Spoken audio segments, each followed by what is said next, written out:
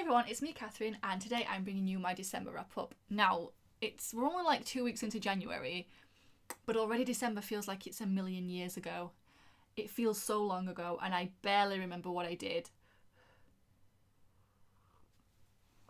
What I do know that I did, though, is that I managed to finish 2 whole books in December. One at the beginning, and then one right at the very end. I finished it right on the 31st, and I'm very proud of myself for that. I did not meet my goal of reading 30 books, but I knew I was not going to do that, but I did get over 50% of the way there, which I will consider an achievement, considering how little, like, actual published traditional books I read. I read so much fan fiction. Like, if I was to count all of the fan fiction I read, I would absolutely have smashed that 30 goal. I might even have hit 100, to be honest.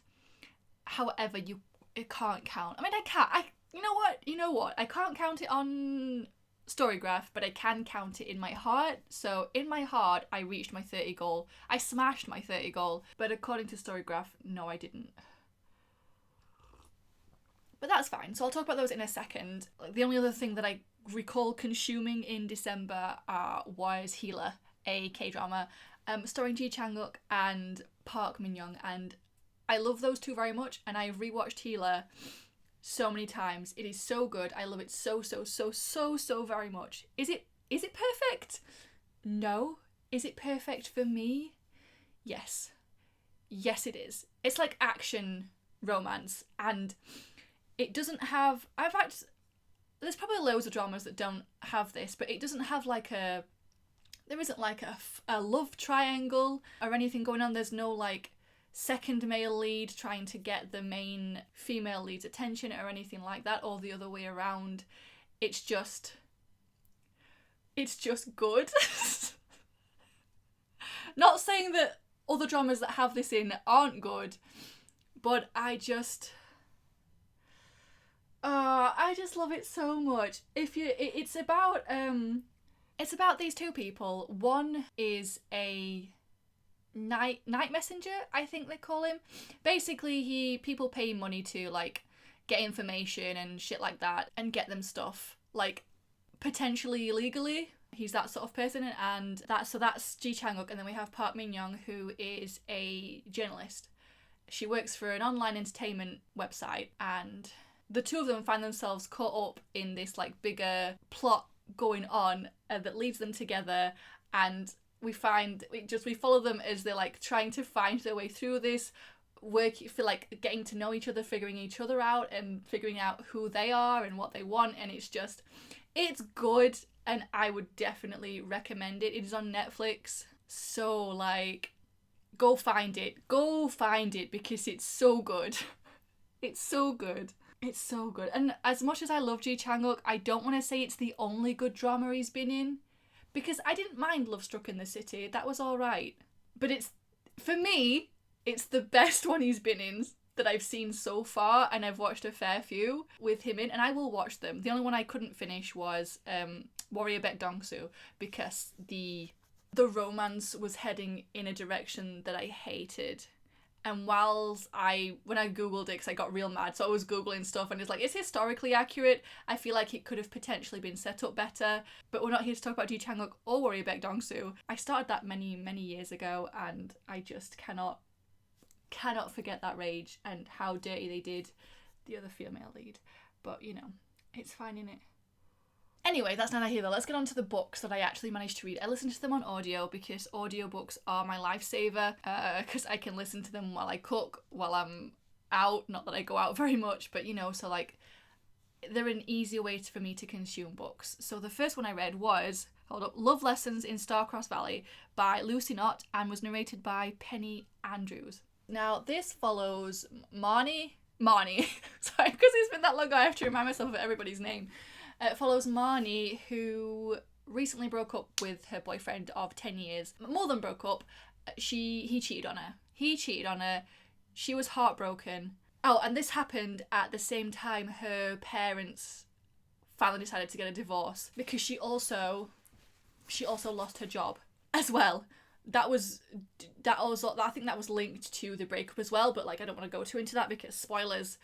in case you ever want to read it. So she couldn't cope, so she booked herself a break and she went to Canada for like, I'm actually unclear of how long she went for. I don't know if it was 6 weeks or 6 months. I can't remember. I think it was 6 months. 6 weeks? 6 months. No, it might have been 6 months because she travelled. She travelled a lot. She went to Canada for a period of time and travelled. For one of those days while she was there, she went to a hockey game, an ice hockey game. I don't need to clarify, because most people, when they say hockey, they mean ice hockey rather than field hockey. Do people care about field hockey?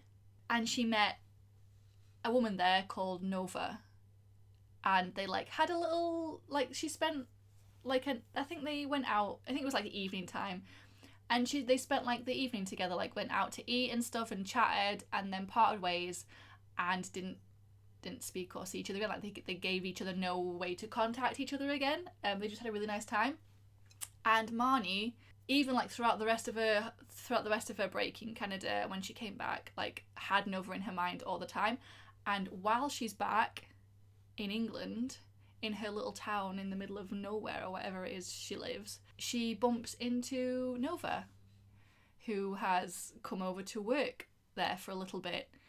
And that's the basic summary of the story. And I was like, you know what, this sounds really cute. Let's read it. And it was okay. It started off good because when we start off with Marnie meeting Nova and like them hitting it off, and it's really nice, it's really cute.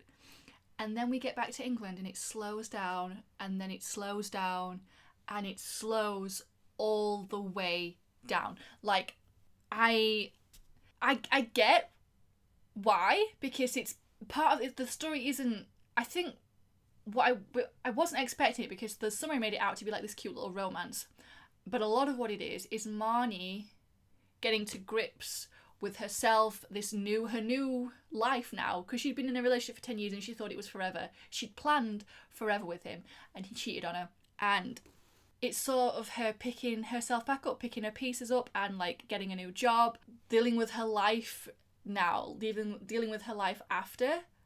And throughout this,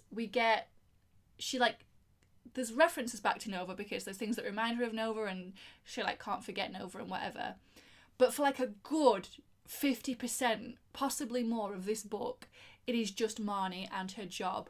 And her job is she gets a job as a teaching assistant at a primary school, and it's her job to help a little autistic girl who is struggling to cope with school, and the teachers basically have just brushed her off as like, I don't know, like disobedient, as just this angry kid who like refuses to do any of the work. So it's Marnie's job to like help her with school and stuff. And while that's really nice and really cute, and it was nice to read.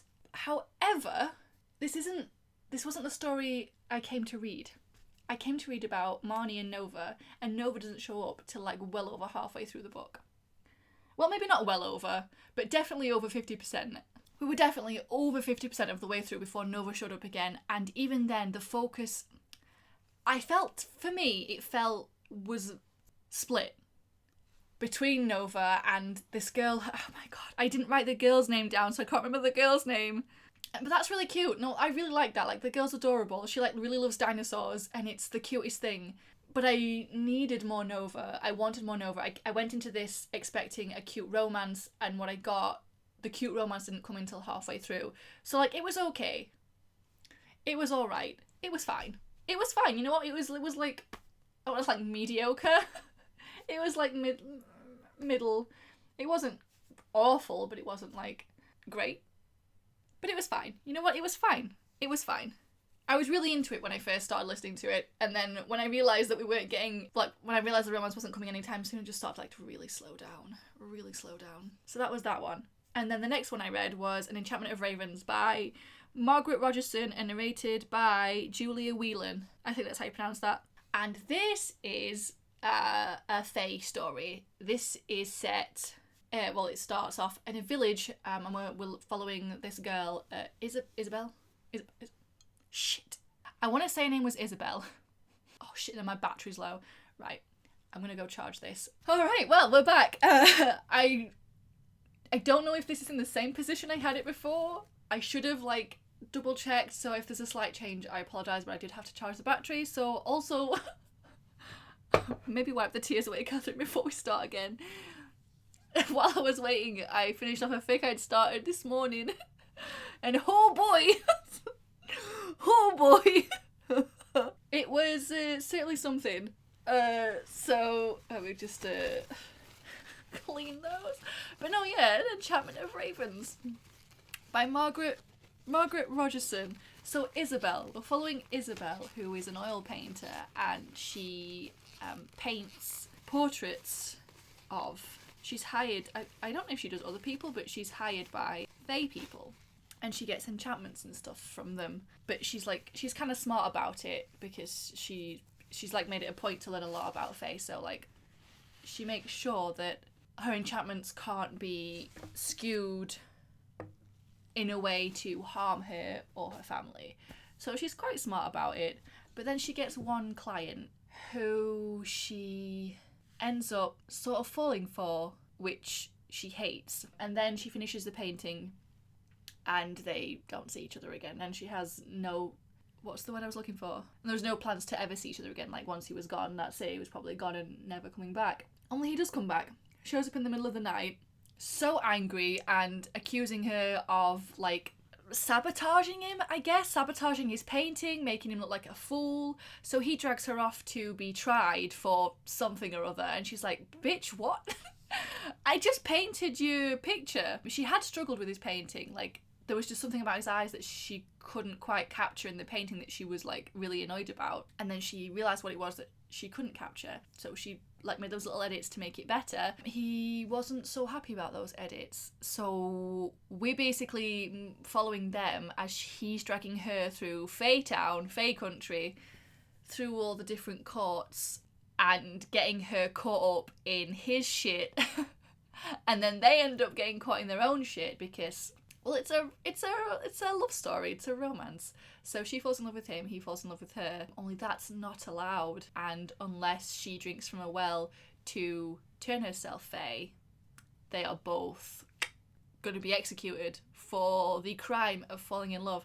And it's basically that. It's not a particularly long story. I don't think it's probably about. I think it was about 8 hours, the audiobook. And we're basically just following them as he drags her. Like, obviously, at the start of their relationship, when they meet in her place, and like she's getting to know him through the painting, and then they're getting to know each other again when he drags her off to be tried for something. I'm not sure what, but apparently that's just how the Fae are. Like, if you upset a Fae, they will drag you and like put you on trial for shit that you probably don't even realise you've even done. Because the whole time she was like, I have no idea what you're talking about. What do you mean sabotage? I mean, then she realised what she'd done, but she didn't realise it was going to be a bad thing. The thing that she did to the painting, she was just making some little edits to make it look more like him. She didn't realise that that was going to be a bad thing for him. And then she learns more about him as they're going and stuff, and he gets to know her more, and it's just sort of a little back and forth with some drama added in. And I quite enjoyed it. Like, it wasn't very long, but I really enjoyed it. But it is one of those stories where she's actually only like 17, and while he looks to be only like 18, 19 or whatever, he is actually over 100 years old or something stupid. You know, it's one of those, like, immortal, who doesn't look that old, but he's actually ancient, falling in love with a teenage girl. It is one of those. But I enjoyed this. I feel like this... It's not enemies to lovers. It's not enemies to lovers because they were never enemies. There was a misunderstanding. He got angry about it. She got angry back, but that's hardly enemies. It's just sort of them. There's just some antagonistic behaviour, but like, sort of like them butting heads, but it's hardly enemies. Like, they were never... And honestly, that bit didn't even last that long, to be honest. But no, I quite enjoyed it. I did quite enjoy this. Because while she's very cautious around Faye, she also doesn't put up with any shit from... Right, she's called Isabel, or at least that's her fake name, because nobody goes by their real name where she's from because of the Fae. Because if you give the Fae your real name, they have a lot of power over you. Like, gives them a lot of power over you. so everyone goes by a fake name. So her fake name is Isabel, and he is Rook. I want to say Rook. I want to say his name is Rook. He's like Prince of the Spring Court, I think. That is incorrect. He's actually Prince of the Autumn Court. But yeah, no, it was just a really nice, like fairly short, dramatic fantasy romance. I enjoyed it. I did enjoy it. It's sort of like, it got a little crazy, and then it's sort of like, it just sort of like, I don't know, but I enjoyed it. I thought it was good. So that was An Enchantment of Ravens. And yeah, they were the 2 books I managed to read in December, and again, very proud of myself for reading 2. That last one came in like right at the very end, finished it on the 31st, but I did get it finished. So that's it. So that is my December wrap-up. Thank you so much for watching, everybody. Do let me know how your Decembers went in the comments below. As always, all of my appropriate links will be...